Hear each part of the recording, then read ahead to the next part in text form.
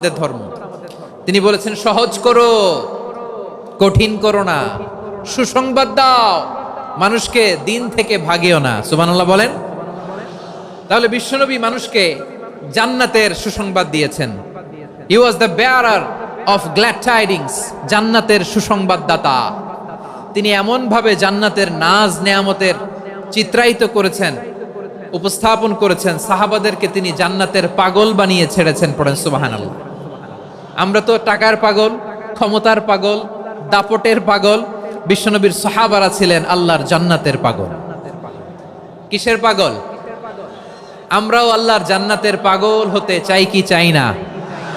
সবাই বলুন, জান্নাতের পাগল হতে চাই কি চাই না? বিশ্বনবী সাহাবাদেরকে জান্নাতের পাগল বানিয়েছেন।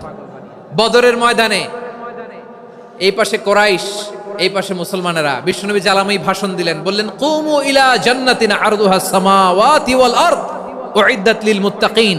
ও আমার সাহাবারা, ওই জান্নাতের দিকে ছোট, যেই জান্নাত আকাশ জমিন বিস্তৃত। তোমরা দেখতে পাচ্ছ এটা বদরের ময়দান না, এটা আল্লাহর জান্নাত। আওয়াজ করে পড়েন আল্লাহু আকবার। বিশ্বনবী বললেন ছোট ওই জান্নাতের দিকে, যে জান্নাতের বিস্তৃতি আকাশ জমিন বিস্তৃত।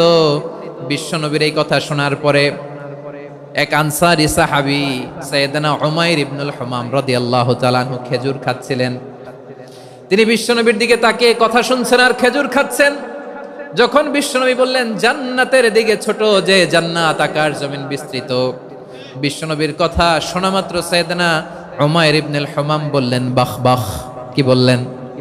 বাহ বাহ মানে চমৎকার, মাশাআল্লাহ চমৎকার। আমরা ইদানিং কালে চমৎকার কিছু দেখলে ইংরেজিতে বলে ফেলি না ওয়াও ওয়াও, বাহ বাহ, মাশাআল্লাহ। বিশ্বনবী বললেন মা ইয়াহমিলুকা আলা কওলিকা বাহ বাহ ইয়া উমাইর।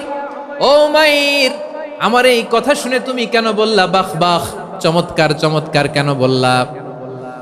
সাইয়েদনা উমাইর ইবনে হুমাম রাদিয়াল্লাহু তাআলা আনহু বললেন ইয়া রাসূলুল্লাহ, আপনার এই কথা শুনে আমি বড্ড খুশি হয়েছি, আর আমি প্রত্যাশা করছি আমি যদি ওই জান্নাতের মালিক হতে পারি তাহলে কতই না ভালো হতো। সুবহানাল্লাহ বলেন।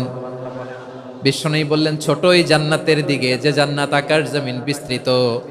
আপনার এই চমৎকার মুখনিসৃত কথা শুনে আমার হৃদয়ের মধ্যে জান্নাতি হওয়ার বাসনা জেগে উঠলো, এজন্য বলেছি বাহ বাহ, আমি যদি ওই জান্নাতে যেতে পারতাম কতই না ভালো হতো।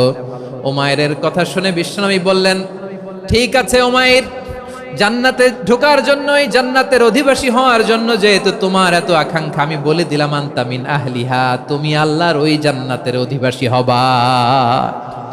যাও উমাইর, তুমি ওই জান্নাতের অধিবাসী, ওই জান্নাতে তুমি ঢুকবা, তুমি জান্নাতি। তার মানে সহজ কথায় তুমি জান্নাতি। সুবহানাল্লাহ বলেন। যখনই বিশ্বনবী বললেন জান্নাতি, সাইয়েদনা উমাইর রাদিয়াল্লাহু তাআলা আনহু খেজুর খাচ্ছিলেন আর মনে মনে ভাবে বিশ্বনবী যখন ওয়ারেন্টি দিয়েছে, বিশ্বনবী যখন গ্যারান্টি দিয়েছে আমি জান্নাতে যাব, তাহলে হাতে তো এখনো 3টা খেজুর বাকি। এই 3টা খেজুর যদি খাই তাহলে জান্নাতে ঢুকতে দেরি হয়ে যাবে। সুবহানাল্লাহ পড়েন। হাতে কয়টা খেজুর? 3টা খেজুর।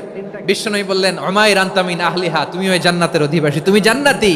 উমাইর চিন্তা করলেন আমি জান্নাতি, নবীর মুখ দিয়ে যখন বেরোইছে ওই জান্নাতে তো আমার ঢুকতেই হবে, কিন্তু হাতে 3টা খেজুর খেয়ে যদি জিহাদের ময়দানে যায় তাহলে জান্নাতে যেতে তো দেরি হয়ে যাবে।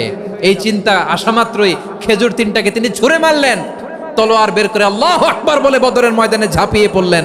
আল্লাহর শত্রুদেরকে কচুকাটা করে এক পর্যায়ে শাহাদাতের সুধা পেয়ে নিজেও জান্নাতি হয়ে গেলেন। পড়েন সুবহানাল্লাহ।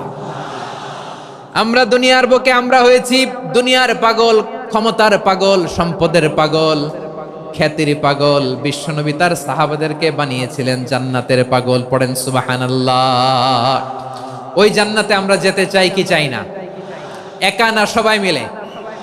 একা না সবাই? জান্নাতে একা আমি যাব না তো ভাই, তোমাকেও জান্নাতে দলে নিতে চাই। সবাই বলেন জান্নাতে একা আমি যাব না তো ভাই, তোমাকেও জান্নাতে দলে নিতে চাই। পড়েন আমিন। সিলেটের এই ঐতিহাসিক এমসি কলেজ ময়দানে আজ রাতে এই চমৎকার রজনীতে আমরা যেমনি একত্রিত হলাম, আল্লাহর জান্নাতুল ফেরদাউসের জন্য আমরা একত্রিত হতে পারি। আল্লাহ তুমি কবুল করো।